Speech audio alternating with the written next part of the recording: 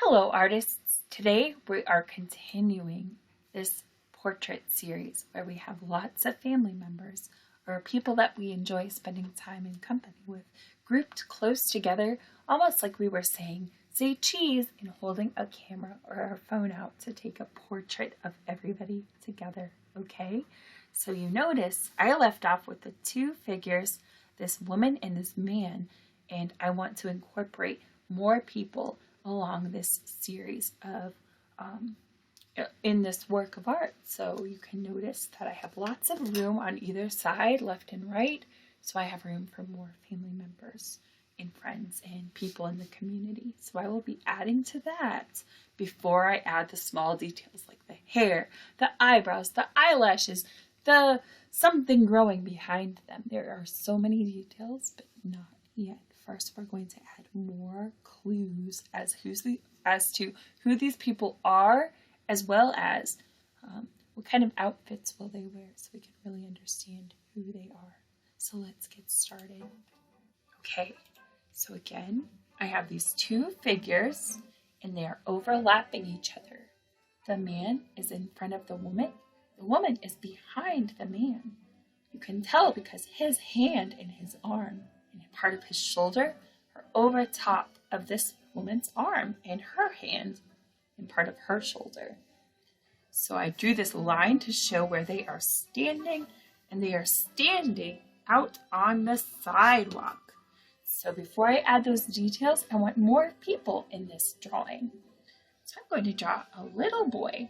He's about in the third grade. That's how old I want this boy to look. So he's much shorter because he hasn't grown tall yet. He's still growing.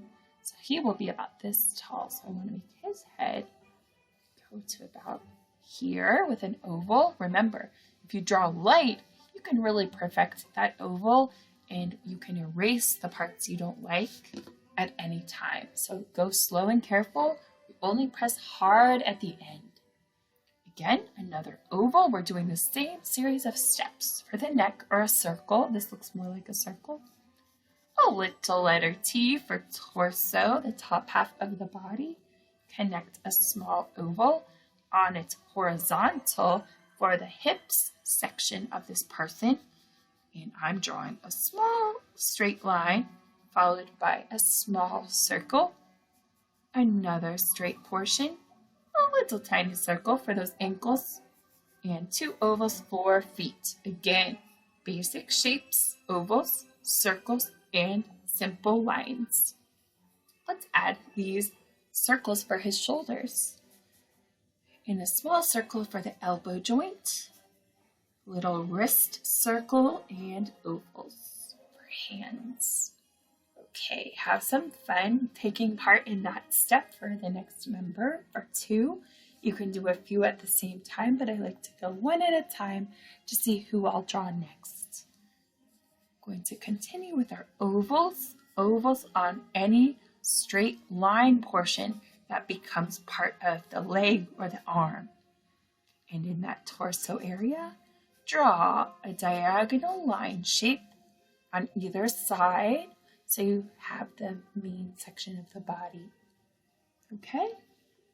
So I'll let you choose who you're drawing while I outline firmly in my pencil and draw this little boy. Again, he's about third grade age, and this is going to be this portrait that I'm trying to draw. Drawing over all of those ovals and knees and elbows because we're not really going to keep those parts. We're trying to make them look like there's skin on top. Tracing over those arms. And again, when I get to that circle where the hand is and the fingers, the palm and the hand, draw little U shapes connected for hands. And that will look terrific. Once you like what you have, since we press pretty firmly for the outer areas, we can gently, with our eraser, get rid of all the middle section that was looking quite messy on every one of our family members. So I'm going to erase the inner sections that I drew to give this family's portrait their skeletal understructure so it can have much more meaning when we color it. Okay? Ooh, my pencil went for a dance. To draw ears, I like to draw a little question mark and connect the dots on either side, but this one is a flipped question mark and it curves the opposite direction. All right. And take all the time you need to draw anybody else in your family or your community group that you are creating. I will pause this video, continue drawing, and when I press to play the video back to continue, you'll see that I'll have many more family members in my drawing, okay? All right, have fun. Pause this video, and when you hit play, we'll continue. Okay, so you can see that I've included a few more family members, and now it's time to erase the inside of anybody that we are ready to get rid of those underlayers again. Try to get rid of all those unnecessary extra pencil lines before moving forward. So when I do a drawing like this, I really like to gently erase as I go to see what I need to press again for, to remember that's where the line still needs to be drawn. Like I forgot the neckline here. Oh, I can draw this guy's neck and add a little arm section there for this person. And now we are ready to continue. Part of the shoe that's behind. Woohoo! Let's do this. My family portrait that I'm drawing today, people are standing on the sidewalk. So I'm drawing diagonal lines. A little here, a little there to look like the sidewalk. And I would love to draw some large tree trunks behind the family. So I'm only adding the big shapes. That's a big tree that they're really close to. On either side, I'm going to add parts of two trees. I wonder what you will add in your background. Again, it doesn't have to have much. And behind those trees, I'm going to create small cloud shapes, medium cloud shapes to show what time of day it is. It's a cloudy but sunny springtime day in my drawing. And that will show the sky through behind the people. Have some fun drawing the main shapes of what is behind your people before we continue. Take all the time you need to press pause, and when you hit play, we will add the more interesting features of the faces, okay? Okay, now it's time to do the facial features and proportions of the face. So, to draw a face, I lightly draw a cross on the face. Super light cross. If you press too firmly, you will get this permanently drawn on your page. On anybody who is in the family, I draw a little cross on their face, depending on the direction. This guy looks like he's looking this way, so that's why I put his a little tilted. In the middle of the cross, just draw the nose shape however you want. For mine, I just draw a little squiggle on one side with a small curve. A little small curve and a squiggle line on one side for the bridge of the nose. Again, you can draw noses so many ways. Have fun with the nose that you draw. Right below there, choose what expression you want. Everyone in my family that I'm drawing today, they're going to be smiling, but all different ways to smile. This boy will have a little grin. This guy will have his mouth open.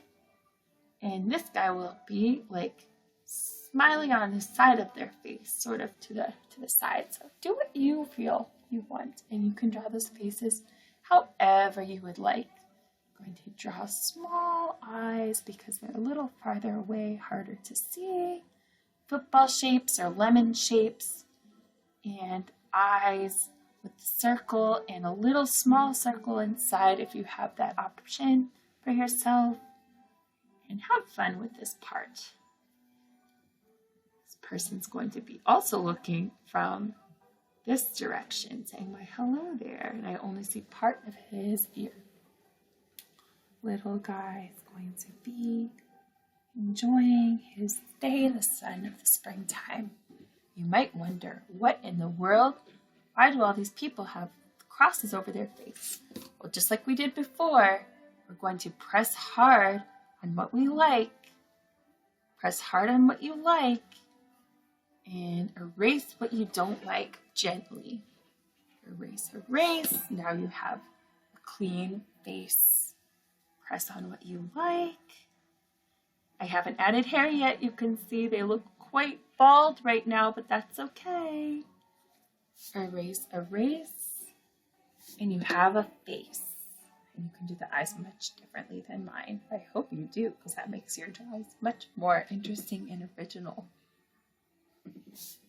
Getting rid of the details there.